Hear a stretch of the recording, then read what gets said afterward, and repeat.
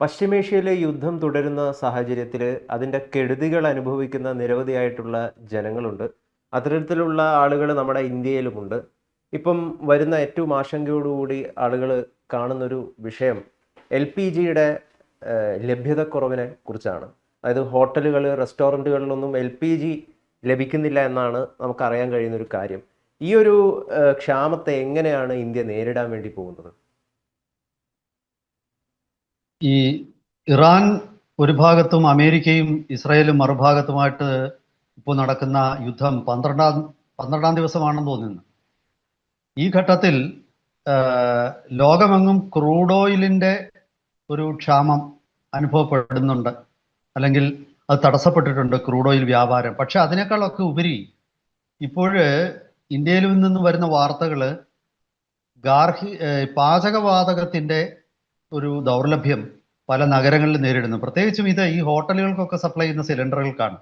ഗാർഹിക ഉപഭോക്താക്കളുടെ കാര്യത്തിൽ അങ്ങനെ ഒരു വാർത്ത ഇതുവരെ വന്നിട്ടില്ല. ഇപ്പോൾ പല സംശയങ്ങളും ഇപ്പോൾ വരുന്നുണ്ട്. സർക്കാർ ഇപ്പോൾ ഇത് പൂഴ്ത്തി വെക്കുന്നവർക്കെതിരെ കർശന നടപടി സ്വീകരിക്കുമെന്ന് മുന്നറിയിപ്പ് കൊടുത്തിട്ടുണ്ട്. അതല്ലെങ്കിൽ ഈ ക്ഷാമം പരിഹരിക്കാനായിട്ട് ചില നടപടികൾ എടുക്കും എന്ന് പറയുന്നുണ്ട്. അപ്പോൾ ന്യായമായിട്ട് ഒരു സംശയമുണ്ടാകും, യഥാർത്ഥത്തിൽ ഡീസലിനും പെട്രോളിനും ഒന്നും വലിയ അങ്ങനെ ഒരു ക്ഷാമമുള്ളതായിട്ട് എനിക്ക് തോന്നുന്നില്ല. ഞാനിന്ന് രാവിലെയും പമ്പിൽ പോയിട്ട് പെട്രോൾ അടിച്ചിട്ടുണ്ട്. പക്ഷേ LPGയുടെ ക്ഷാമം ഉണ്ടായെന്നുള്ള വാർത്തകൾ വരുന്നു, പ്രത്യേകിച്ച് നഗരങ്ങളിൽ. ഉദാഹരണത്തിന് ചെന്നൈ, ബാംഗ്ലൂർ, ബോംബെ ഇവിടങ്ങളിലൊക്കെ ഹോട്ടലുകൾ ചിലതൊക്കെ അടച്ചുപൂട്ടിയെന്നൊക്കെ പറയുന്നു. എത്രത്തോളം വസ്തുതയുണ്ടെന്ന് എനിക്ക് അറിഞ്ഞുകൂടാ. പക്ഷേ എനിക്ക് പ്രാഥമികമായിട്ട് ഇത് സംബന്ധിച്ചിട്ടുള്ള അടിസ്ഥാന വിവരങ്ങൾ പരിശോധിക്കുമ്പോൾ എനിക്ക് തോന്നുന്നത് പരിഭ്രാന്തപ്പെടേണ്ട കാര്യമൊന്നുമില്ല. പക്ഷെ കുറച്ചു നാളത്തേക്ക് ബുദ്ധിമുട്ടുണ്ടാകാനുള്ള സാധ്യതയുണ്ട്. ഇത് ഞാൻ ആദ്യം ചോദിച്ചല്ലോ, എന്തുകൊണ്ട് ഈ പെട്രോൾ, ഡീസൽ ഒന്നിനും ക്ഷാമമില്ല, പക്ഷേ പാചകവാതകത്തിന് എന്തുകൊണ്ട് ക്ഷാമം വന്നു? അതിനൊരു കാരണമുണ്ട്. പെട്രോളും ഡീസലും ഒക്കെ, അതായത് ക്രൂഡ് ഓയില് അതിൽ നിന്നാണല്ലോ റിഫൈൻ ചെയ്തെടുക്കുന്നത്. അല്ല, ക്രൂഡ് ഓയിലിൽ നിന്നാണല്ലോ പെട്രോളും ഡീസലും ഒക്കെ റിഫൈൻ ചെയ്തെടുക്കുന്നത്. അപ്പോൾ ക്രൂഡ് ഓയിൽ ഇന്ത്യയിൽ വലിയ രീതിയിൽ നമുക്ക് ശേഖരമുണ്ട്. അതായത് നമ്മൾ റിസർവ് ആയിട്ട് നമ്മൾ സൂക്ഷിക്കുന്നുണ്ട് ടാങ്കുകൾ, ഭൂഗർഭ ടാങ്കുകളിൽ, അല്ലെങ്കിൽ മറ്റ് പല രീതിയിലുണ്ട്. ഇപ്പം ഈ ഓയിൽ ടാങ്കറുകളിൽ തന്നെ ഉള്ള റിസർവുകളുണ്ട്. പക്ഷേ LPG അങ്ങനെ സൂക്ഷിക്കാൻ പറ്റില്ല, ബുദ്ധിമുട്ടാണ്. LPG എന്ന് പറയുന്നത് പ്രൊപ്പൈൻ, ബ്യൂട്ടൈൻ എന്ന് പറയുന്ന രണ്ട് വാതകങ്ങളാണ്. അത് കൂടാതെ ചെറിയ അളവിൽ മറ്റ് ചില വാതകങ്ങളും ഉണ്ട്, എങ്കിലും മുഖ്യമായിട്ടും പ്രൊപ്പൈനും ബ്യൂട്ടൈനുമാണ്. അപ്പോൾ ഇത് രണ്ട് രീതിയിലാണ് ഉൽപ്പാദിപ്പിക്കുന്നത്. ഇത് പ്രകൃതിയിൽ നിന്ന് തന്നെ വരുന്ന നാച്ചുറൽ ഗ്യാസിൽ നിന്ന് വേർതിരിച്ചെടുക്കുന്നുണ്ട് ഈ പ്രൊപ്പൈനും ബ്യൂട്ടൈനും, എന്നിട്ട് മിക്സ് ചെയ്യുന്നു. പിന്നീട് ക്രൂഡ് ഓയിലിൻ്റെ ഡിസ്റ്റിലിങ്ങിൽ, ക്രാക്കിംഗ് എന്ന് പറയും, ആ ക്രാക്കിങ്ങിൽ ഈ പ്രൊപ്പൈനും ബ്യൂട്ടൈനും ഉൽപ്പാദിപ്പിക്കും. അപ്പോൾ ആ രീതിയിൽ ഉൽപ്പാദിപ്പിക്കുന്നുണ്ട്. ഇന്ത്യക്ക് ഒരു വർഷം ആവശ്യമുള്ളത് 31.3 മില്യൺ മെട്രിക് ടൺ LPG ആണ് നമ്മുടെ കൺസംഷൻ, ആനുവൽ കൺസംഷൻ. അതിൽ 12.8 മില്യൺ മെട്രിക് ടൺ നമ്മൾ തന്നെ ഉൽപ്പാദിപ്പിക്കുന്നുണ്ട്. യഥാർത്ഥത്തിൽ ഈ ഏതാണ്ട് അതിൻ്റെ ഒരു ശതമാന കണക്കെടുക്കുമ്പം 62-65% നമ്മുടെ ആവശ്യത്തിനുള്ളത് നമ്മൾ ഇറക്കുമതി ചെയ്യുകയും ഏതാണ്ട് 36-38% നമ്മൾ ആഭ്യന്തരമായിട്ട് ഉൽപ്പാദിപ്പിക്കുകയും ചെയ്യുക. യഥാർത്ഥത്തിൽ ക്രൂഡ് ഓയിൽ ഇത്രയും നമ്മൾ ഉൽപ്പാദിപ്പിക്കുന്നില്ല. ക്രൂഡ് ഓയിൽ നമ്മൾ ആഭ്യന്തരമായിട്ട് നമ്മുടെ മൊത്തം കൺസംഷൻ്റെ ഒരു 13-15% വരെ നമ്മൾ ഉൽപ്പാദിപ്പിക്കുന്നുള്ളൂ. പക്ഷേ ആ ക്രൂഡ് ഓയിലിന് നമുക്ക് ക്ഷാമമില്ലാത്തത് നമ്മുടെ കയ്യിൽ ഏതാണ്ട് ഈ ഓയിൽ കമ്പനികളുടെയും സർക്കാരിൻ്റെയും രണ്ടും കൂടി എടുത്താൽ 70 ദിവസത്തോളം നമുക്ക് ആവശ്യമുള്ള ക്രൂഡ് ഓയിൽ നമ്മൾ റിസർവായിട്ട് നമ്മുടെ ശേഖരമുണ്ട്. പക്ഷേ LPGയുടെ കാര്യത്തിൽ അതില്ല. കാരണം അത് പ്രായോഗികമായിട്ട് ബുദ്ധിമുട്ടാണ് അങ്ങനെ നമുക്ക് അത് റിസർവാക്കി ശേഖരിച്ചു വെക്കാൻ. ഇത് കാരണമാണ് ഈ LPGയുടെ കാര്യത്തിൽ ഒരു ആശങ്കയുള്ളത്.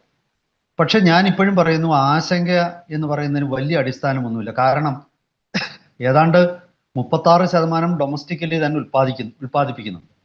സർക്കാർ ഓയിൽ റിഫൈനറികൾക്ക് ഒരു നിർദ്ദേശം കൊടുത്തിട്ടുണ്ട്. ഇപ്പോൾ ഉൽപ്പാദിപ്പിക്കുന്നതിൻ്റെ ഒരു 10% കൂടി ഉൽപ്പാദിപ്പിക്കാൻ അവർക്ക് ശേഷിയുണ്ട് മാക്സിമം. ഈ 10% ഉൽപ്പാദനം കൂട്ടാൻ പറഞ്ഞിട്ടുണ്ട്. അതായത് അങ്ങനെ വരുമ്പോൾ ഇന്ത്യക്ക് ആവശ്യമുള്ളതിൻ്റെ ഏതാണ്ട് ഇപ്പോഴുള്ള 36-ന് പകരം ഒരു 46% LPG നമുക്ക് തന്നെ ഉൽപ്പാദിപ്പിക്കാൻ പറ്റും. പിന്നെ ഈ ഹോർമൂസ് കടലിടുക്ക്, അവിടെ ഇറാൻ ഏർപ്പെടുത്തിയിരിക്കുന്ന ഉപരോധമാണ് മറ്റൊരു വിഷയം. അവിടെ അത് മറികടക്കാനായിട്ട് മറ്റു ചില മാർഗങ്ങളും ഇന്ത്യ ഇപ്പോൾ പരിഗണിക്കുന്നുണ്ട്. അപ്പം അതിൻ്റെ ഒരു വിശദാംശങ്ങളിലേക്ക് നോക്കിയാൽ ഇന്ത്യയുടെ ഇറക്കും ഞാൻ പറഞ്ഞല്ലോ ഏതാണ്ട് 62 തൊട്ട് 65% വരെ നമ്മൾ ഇറക്കുമതി ചെയ്യുകയാണ് നമ്മുടെ ആവശ്യം. ആ ഇറക്കുമതി ചെയ്യുന്നതിൻ്റെ 85%-ഓളം ഹോർമൂസ് വഴിയാണ് വരുന്നത്. അതാണ് നമുക്കിപ്പോൾ ഉള്ളൊരു പ്രശ്നം. പക്ഷേ അത് മറികടക്കാനും മാർഗങ്ങളുണ്ട്. ഇപ്പോൾ ഉദാഹരണത്തിന് UAE-യിലെ ഫുജൈറ തുറമുഖം, ആ ഫുജൈറ തുറമുഖം ഹോർമൂസിലോട്ടല്ല ഓപ്പൺ ചെയ്യുന്നത്, അത് ഗൾഫ് ഓഫ് ഒമാനിലോട്ടാണ്. അപ്പോൾ സ്വാഭാവികമായിട്ടും ഇറാന് ഫുജൈറയിൽ നിന്നുള്ള ചരക്കു നീക്കത്തെ തടസ്സപ്പെടുത്തുന്നതിൽ ഇറാന് പരിമിതികളുണ്ട്. അപ്പോൾ അങ്ങനെ ഫുജൈറ വഴി റീറൂട്ട് ചെയ്ത് വിടാമോ എന്ന് ഇന്ത്യ ശ്രമിക്കുന്നുണ്ട്. പിന്നെ സൗദിയിലെയും അതുപോലെ തന്നെ ഖത്തറിൽ നിന്നുമൊക്കെ ട്രാൻസ്പോർട്ട് ചെയ്തിട്ട് റെഡ് സീ വഴി നമുക്ക് ഈ അതായത് LPG ട്രാൻസ്പോർട്ടേഷൻ നടത്താം. പക്ഷെ ഇതിനൊക്കെ ഇപ്പോഴത്തെ സാഹചര്യത്തിൽ ചില പരിമിതികളുണ്ട്. ഗ്യാസ് പൈപ്പ് ലൈൻസ് എന്ന് പറയുന്നത് വളരെ കുറച്ച് ഗ്യാസ് അതുവഴി കടത്തിവിടാൻ പറ്റുള്ളൂ. പക്ഷെ എങ്കിലും അത് മറ്റൊരു മാർഗം. പിന്നീട് വേറൊരു മാർഗം, നമ്മൾ ഓസ്ട്രേലിയയിൽ നിന്നും ഇറക്കുമതി, LPG ഇവിടെ ലോകത്തെ പ്രധാനപ്പെട്ട ഉൽപ്പാദകരിൽ ഒരു രാജ്യമാണ് ഓസ്ട്രേലിയ. അങ്ങനെ ഓസ്ട്രേലിയയിൽ നിന്നും കൂടുതൽ ഇറക്കുമതി ചെയ്യുക. റഷ്യയിൽ നിന്നും കൂടുതൽ ഇറക്കുമതി ചെയ്യുക. കാരണം ഇപ്പോൾ ഏതായാലും ഒരു 2 മാസത്തേക്കെങ്കിലും അമേരിക്ക ഈ ഒരു വിഷയത്തിൽ ഇന്ത്യയെ ശല്യപ്പെടുത്താൻ പറ്റത്തില്ല. സ്വാഭാവികമായിട്ടും റഷ്യയിൽ നിന്നും കൂടുതൽ LPG ഇറക്കുമതി, പിന്നെ അമേരിക്കയിൽ നിന്ന് തന്നെ ഇറക്കുമതി ചെയ്യുക. ഇതൊക്കെ വരുന്നത് പസഫിക് വഴി, അല്ലെങ്കിൽ സൂയസ് കനാൽ വഴി, അതല്ലെങ്കിൽ ഈ കേപ്പ് ഓഫ് ഗുഡ് ഹോപ്പ് ചുറ്റി വളഞ്ഞ് വരും. സ്വാഭാവികമായിട്ടും കുറച്ച് കാലതാമസം ഉണ്ടാവും. പക്ഷേ എങ്കിലും ഇന്ത്യയെ സംബന്ധിച്ചിടത്തോളം ഞാൻ മനസ്സിലാക്കുന്നത് അത്ര വലിയ ആശങ്കയ്ക്ക് ഒന്നും ഉള്ള കാര്യമില്ല.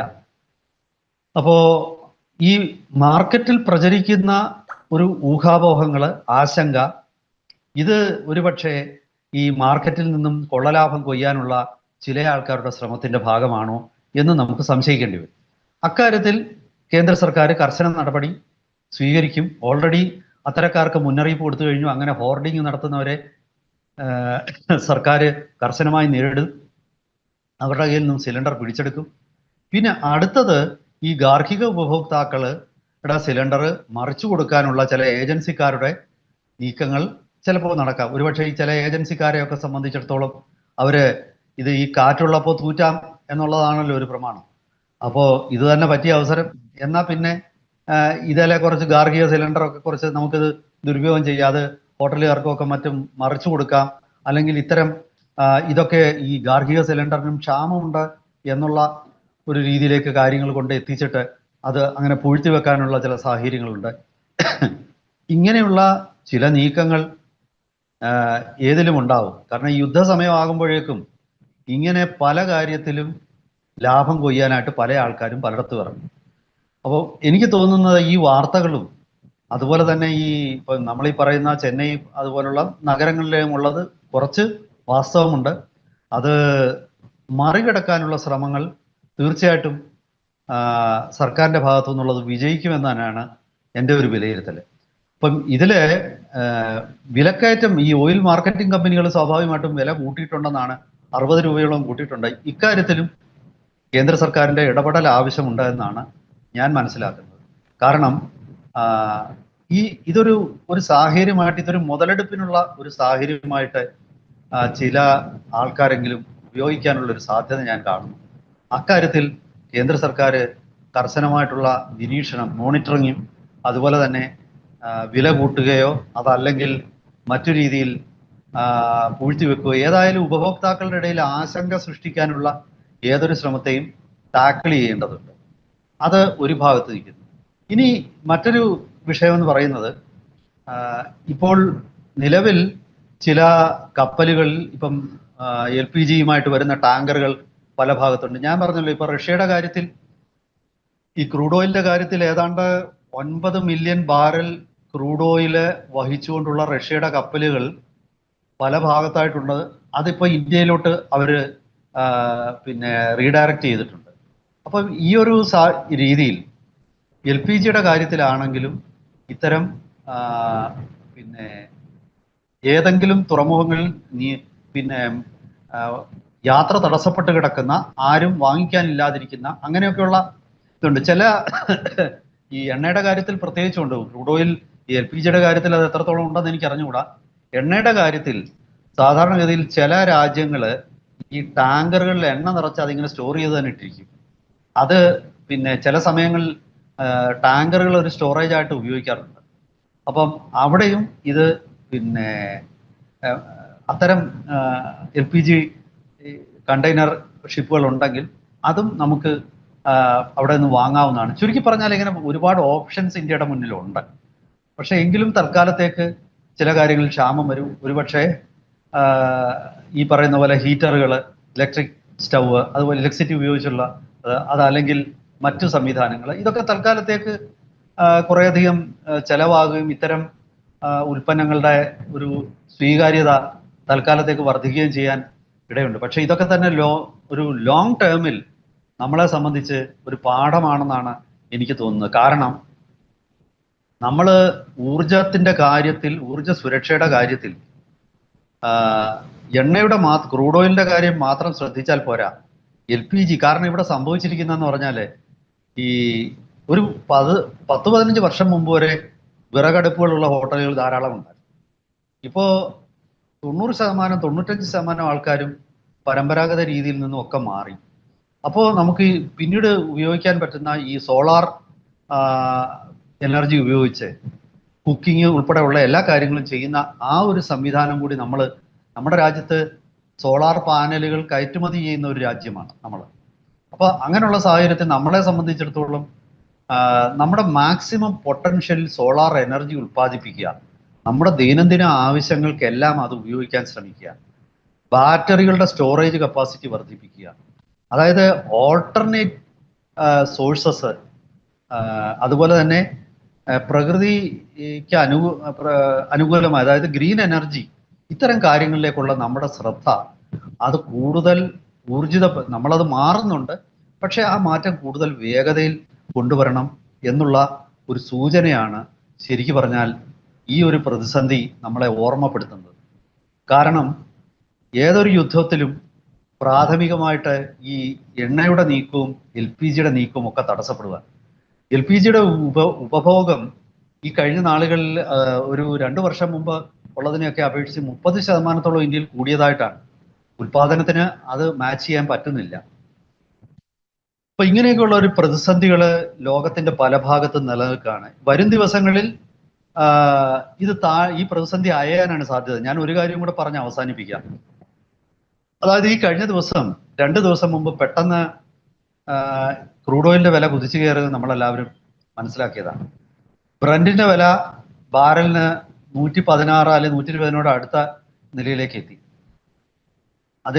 അതിനേക്കാൾ സാധാരണഗതിയിൽ താഴ്ന്ന വില നിലവാരമുള്ള വെസ്റ്റ് ടെക്സാസ് ഇന്റർമീഡിയറ്റ് എന്ന് പറയുന്ന WTI, അതും 110 മുകളിലെത്തി. പക്ഷേ ഇന്നലെ ബ്രന്റിന്റെ വില ഏതാണ്ട് $92 ബാരലായിട്ട് സ്റ്റഡിയിലാണ് നിൽക്കുന്നത്. 100-ന് മുകളിൽ പോയത് ആ സൈക്കോളജിക്കൽ ബാരിയറിൽ നിന്ന് താഴെ എത്തിയിട്ടുണ്ട്. അതുപോലെ തന്നെ ഈ WTI-യുടെയും വില ഇൻഡെക്സ് താഴോട്ട് വന്നിട്ടുണ്ട്. $90 പെർ ബാരൽ എന്നുള്ള നിലയിലാണ് എത്തിയിരിക്കുന്നത്. ഈ 2 കാര്യങ്ങളും നമ്മൾ നോക്കുമ്പോൾ എവിടെയൊക്കെ ഒരു ശുഭപ്രതീക്ഷയുണ്ട്. അതായത് ഈ നമ്മൾ ഉദ്ദേശിക്കുന്ന രീതിയിലുള്ള ഒരു വിലക്കയറ്റം ക്രൂഡ് ഓയിലിന്റെ കാര്യത്തിൽ ഉണ്ടാവില്ല. ക്രൂഡ് ഓയിലിന് വില കുറയുകയാണെങ്കിൽ അല്ലെങ്കിൽ സ്റ്റേബിളായിട്ട് നിൽക്കുകയാണെങ്കിൽ തീർച്ചയായിട്ടും LPG-യുടെ കാര്യത്തിലും അത് തന്നെ സംഭവിക്കും. കാരണം ഞാൻ പറഞ്ഞല്ലോ, LPG നമുക്ക് ക്രൂഡ് ഓയിൽ ക്രാക്കിങ്ങിൽ നിന്ന് ഉൽപ്പാദിപ്പിക്കാം. അപ്പം ഇതാണ് ഒരു വസ്തുത. ഈ വിലക്കയറ്റമുണ്ട്, കുറച്ച് ക്ഷാമമുണ്ട്, പക്ഷേ അത് ഒരിക്കലും അനിയന്ത്രിതമായ രീതിയിൽ അല്ല എന്നുള്ളത് ആശ്വാസകരമായിട്ടുള്ള ഒരു വസ്തുതയാണ്. അതായത് വരും ദിവസങ്ങളിൽ അങ്ങനെ അങ്ങ് ഒരു ഭീതിയുടെ ലോകത്തിലേക്ക് നമ്മൾ ചാടിപ്പോകേണ്ടതില്ല, അങ്ങനെ ഒരു ആശങ്കപ്പെടേണ്ടതില്ല. ഇതാണ് ഇപ്പോഴത്തെ ഒരു സ്ഥിതി. കൂടുതൽ വിശദ വിവരങ്ങളുമായിട്ട് വരുന്ന ദിവസങ്ങളിൽ നമുക്ക് പ്രേക്ഷകരെ സമീപിക്കാം.